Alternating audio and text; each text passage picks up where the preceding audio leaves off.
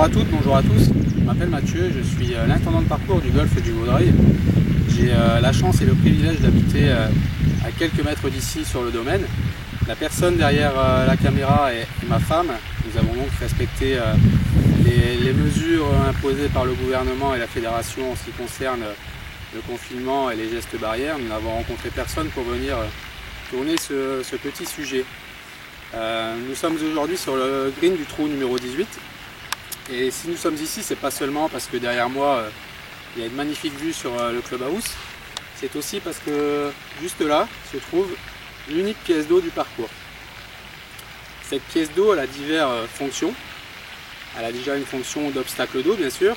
Donc pour les départs du trou numéro 10, l'arrivée du trou numéro 9 et du trou numéro 18. Elle a aussi une fonction purement esthétique et visuelle. Une fonction biologique, écologique, avec un grand nombre d'espèces animales qui y vivent, des poissons, des oies qui viennent ici nicher et se reproduire. Et elle a une dernière fonction que vous ne soupçonnez peut-être pas, c'est que cette pièce d'eau nous sert de réservoir, de stockage, donc pour notre système d'irrigation. Et c'est de ce système dont je vais vous parler aujourd'hui, car oui, même en Normandie, il faut arroser. Pour arroser, il faut de l'eau, bien sûr. C'est pourquoi nous avons un système de pompe qui est chargé de mettre l'eau sous pression dans un réseau de canalisation qui parcourt l'ensemble du terrain. Et au bout de ces canalisations, nous avons des arroseurs. Mais pas que. Il nous faut également un système électrique. Nous avons un ordinateur qui est chargé de la gestion automatique de l'arrosage. À cet ordinateur est relié un câble qui lui aussi parcourt l'ensemble du terrain. Ce câble véhicule une tension entre 9 et 12 volts. Et enfin, au bout de ce câble, nous avons des décodeurs et des solénoïdes qui sont chargés de la mise en route des arroseurs. Au golfe du Vaudreuil, nous pouvons arroser les greens, les fairways et les départs. En 2019, nous avons consommé environ 43 000 m3 d'eau. La moitié a servi pour l'arrosage des fairways, 8 000 m3 ont servi pour l'arrosage des greens, 6 000 m3 pour les départs et 3 000 pour ce qu'on appelle les avant-greens et également la zone de la Golf Course Academy. Nous voici donc dans la station de pompage. À ma droite, 3 pompes. Ces pompes sont capables d'envoyer un débit de 0 à 30 m3 par heure, soit donc 90 m3 qui peuvent sortir de la station. Ces pompes sont dites multicellulaires, raccordées donc par un accouplement et un moteur électrique qui peut être dissocié de la partie hydraulique. L'eau, une fois passée par ces pompes, est regroupée dans une canalisation, ici donc en diamètre 160, en polyéthylène haute densité, et donc ces 90 m3 d'eau par heure sont envoyés sur le terrain via cette canalisation. La pression statique dans le réseau est comprise entre 6 bars et demi et 8 bars. Cette pression est amenée à chuter lorsque l'on met en fonction des arroseurs. Il faut savoir que tous nos arroseurs sont tarés à une pression de 4 bars et demi pour qu'ils aient le même fonctionnement, la même pluviométrie, donc la même quantité d'eau qui est répartie, que ce soit ici sur un green à 100 mètres par exemple au trou numéro 9 ou à 1,2 km d'ici sur le green du trou numéro 14. Car oui, pour arriver là-bas, l'eau va devoir parcourir environ 1,2 km dans les canalisations. Et dans ces canalisations, on a ce qu'on appelle des pertes de charge. C'est pour ça qu'il nous faut une pression ici en sortie de station assez élevée pour arriver à ces 4 bars et demi au green numéro 14. Nous voici maintenant à droite des départs du 1. C'est à cet endroit que la canalisation de diamètre 160 se divise en deux antennes plus petites avec du tuyau de diamètre 110. Ce tuyau est capable de faire passer environ 40 m3 d'eau par heure. Et ce tuyau chemine sur l'ensemble du parcours pour amener l'eau, par exemple, jusqu'au green du trou numéro 3 ou alors au green du trou numéro 14. Ce tuyau, c'est ce qu'on appelle le primaire. Sur ce primaire viendront ensuite se greffer différentes antennes avec des tuyaux de plus petit diamètre. Par exemple ici du 63 pour le bouclage des fairways, tuyaux qui peuvent faire passer jusqu'à 12 m3 d'eau par heure. ou alors du 50 pour le bouclage des greens, tuyau dans lequel 7 mètres cubes d'eau peuvent passer par heure. Comme pour le plombier, nous avons un grand nombre de coudes, de T, de raccords pour pouvoir faire nos branchements, nos dérivations.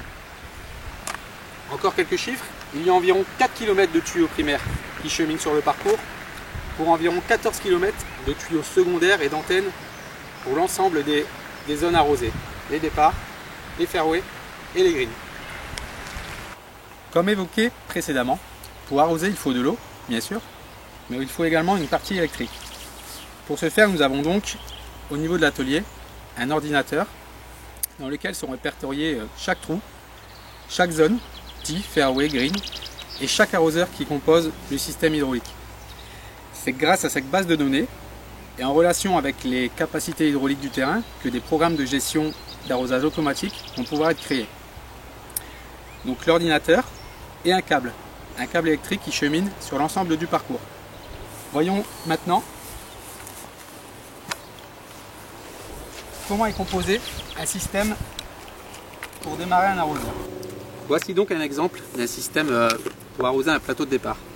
Nous avons donc ce fil au bout duquel nous avons l'ordinateur qui est relié. Ici nous avons ce qu'on appelle un décodeur. Donc sur ce décodeur on a une adresse composée de chiffres et de lettres. Ce décodeur est relié ici dans le cas d'un plateau de départ à une électrovanne. Cette électrovanne va servir quand elle va être ouverte à faire démarrer les arroseurs du plateau de départ. Donc tout simplement il suffit dans le PC de demander à ce que le départ numéro 11 se mette en route, soit arrosé. Depuis maintenant 2 ans, nous avons aussi la possibilité via une application de commander le démarrage des arroseurs via notre téléphone.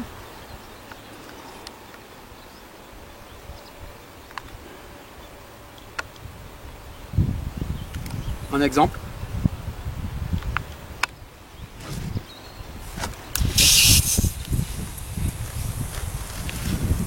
Cette application nous permet au quotidien de gagner du temps pour vérifier notre système et également lorsque nous faisons des applications de produits, d'amendements sur les greens, on peut donc déclencher l'arrosage de manière directe sans avoir besoin de repasser par l'atelier.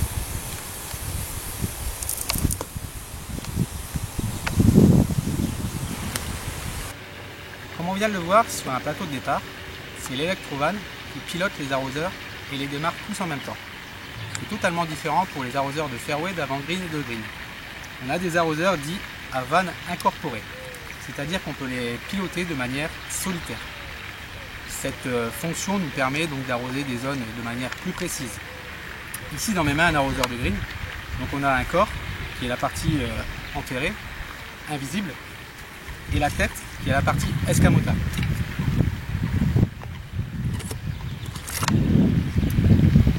Cette tête, comme sur les plateaux de départ, est réglable en ce qu'on appelle des secteurs, ce qui nous permet d'arroser soit à 180, soit à 360 degrés. Et par exemple arroser uniquement le green ou le green plus un bunker plus du rough. Voyons par exemple la mise en route d'un seul arroseur.